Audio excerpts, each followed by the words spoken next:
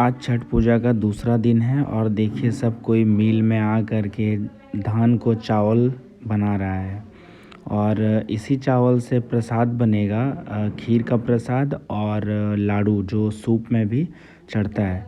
तो ये प्रोसेस करने के बाद मैंने भी ऐसे ही अपना कर लिया। और पता है आपको, ये पूरा मिल जो है वो धोया जाता है सुबह सुबह ही, वो मिल वाले ही धो के रखते हैं ताकि सारा आदमी आए और अच्छे से साफ़ सुथरा जगह में ये काम हो सके। मतलब ये धान वाला और चावल वाला ये प्रोसेस हो सके, क्योंकि ये छठ पर्व जो है ना बहुत ही श्रद्धापूर्वक से और बहुत ही अच्छे तरीके से मनाया जाता है और ये बहुत बड़ा पर्व है। इसको महापर्व भी बोला जाता है।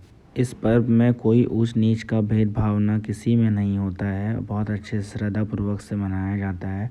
और पता है फिर इस धान को चावल बनाने के प्रोसेस के बाद फिर ये बढ़ता है। जैसे कि आप देख सकते हैं सारी महिलाएं यहाँ बैठकर धान को चावल से अलग करने के का प्रोसेस चलता रहता है और इसमें धान चावल जो है वो अच्छे से साफ़ किया जाता है। मतलब चावल को अच्छे से साफ़ किया जाता है ताकि खीर जो है वो अच्छा बन सके, पकवान अच्छा बन सके। देखिए मेरी मम्मी भी यहाँ पर ये चावल अलग कर रही है, धान अलग कर रही है ताकि वो साफ़ हो सके और अच्छा बन सके। फिर ये प्रोसेस कंप्लीट हो जाने के बाद हम लोग सब कोई घर आ गया और फिर दोपहर में हम केला का पत्ता लाने के लिए गए और इसी केले के पत्ते में भगवान को, छठ माँ को प्रसाद भोग लगता है और इसी केले के पत्ते में ही हम लोग सबको प्रसाद बांटते हैं। शाम में जितने भी लोग आते हैं, हम लोग जितने भी लोगों को बुलाते हैं, इसी केले के पत्ते में हम लोग प्रसाद बांटते हैं, क्योंकि केले के पत्ते को शुभ माना जाता है। और खरना के दिन, आज खरना है, खरना के दिन केला का पत्ता बहुत ज़्यादा इम्पॉर्टेंट होता है। मैंने सारे केले के पत्ते को ला करके अच्छे से पत्ते को निकाल लिया। निकालने के बाद उस सारे पत्ते को मैंने इकट्ठा करके रख लिया और फिर उसके बाद मैं साफ़ पानी से उसे धोया। ये धोने से क्या होता है, जितने भी गंदगी होती है वो सारा बाहर निकल जाता है, क्योंकि उसमें प्रसाद बांटना होता है। उस सारे पत्ते को धोने के बाद फिर मैंने अच्छे से उसका एक साइज़ में कट किया ताकि सबको प्रसाद मिल सके। और इस पत्ते में ही सबको प्रसाद दिया जाता है। कोई और भी कुछ दूसरा चीज़ यूज़ कर सकते हैं, लेकिन केला का पत्ता शुभ होता है इसलिए इसमें प्रसाद देते हैं। फिर कुछ देर बाद मम्मी जो है अपना काम स्टार्ट कर दी। देखिए दूध उबालने लगी। इसी दूध में जो है ना वो खीर बनेगा। और ये जो चूल्हा है आप देख रहे हैं, ये चूल्हा बिल्कुल नया नया बनाया जाता है, क्योंकि नए चूल्हे में ही वो खाना बनाया जाता है, मतलब वो खीर बनाया जाता है। और पुराना चूल्हे में नहीं बना सकते हैं, ना ही गैस में बना सकते हैं। देखिए मम्मी जो है वो खीर बना रही है। और इस खीर को बनाने में अगर पानी यूज़ होता है तो वो सिर्फ गंगा जल ही यूज़ होगा। जैसे कि आप देख सकते हैं वीडियो में भी कि एक बॉटल में जो है वो गंगा जल रखा हुआ है। उस गंगा जल से ही जो भी प्रोसेस होता है, जो भी कुछ यूज़ होता है पानी का, उस गंगा जल से ही किया जाता है, चाहे वो चावल धोना हो या कुछ और हो। फिर उसके बाद मम्मी देखिए नया साड़ी पहन करके और हाथ में लोटी ले करके और एक पान का पत्ता और एक सुपारी ले करके ये हम लोग मम्मी के साथ अर्घ देने सब कोई मिल करके जा रहे हैं।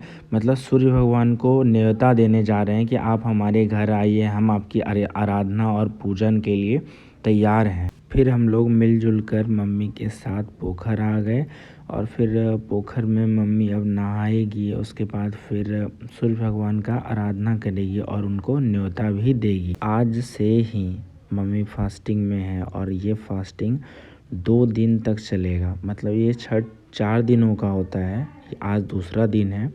और फिर देखिए आंटी जो है मम्मी को सिंदूर पहना रही है और ये सिंदूर दोनों एक दूसरे को पहनाएगी। इससे क्या होता है कि मतलब एक आराधना का ये एक शुरुआत है, ये पूजन का एक शुरुआत है, मतलब छठ पूजा का एक शुरुआत है ये। फिर मम्मी भी आंटी को सिंदूर पहनाई और फिर सिंदूर पहनाने के बाद मम्मी फिर से पोखर में गई और उसके बाद फिर सूर्य भगवान को जल अर्पित की।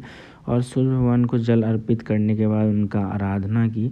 और पता है आप लोगों को, ये पर्व जो है ना यूपी, बिहार, झारखंड, ये 3 जगहों में सबसे ज़्यादा मनाया जाता है और बहुत ज़्यादा मान्यता दिया जाता है इस पर्व का, क्योंकि ये पर्व बहुत बड़ा पर्व है और इस पर्व में जाति, धर्म या भेदभाव का भावना बिल्कुल भी नहीं होता।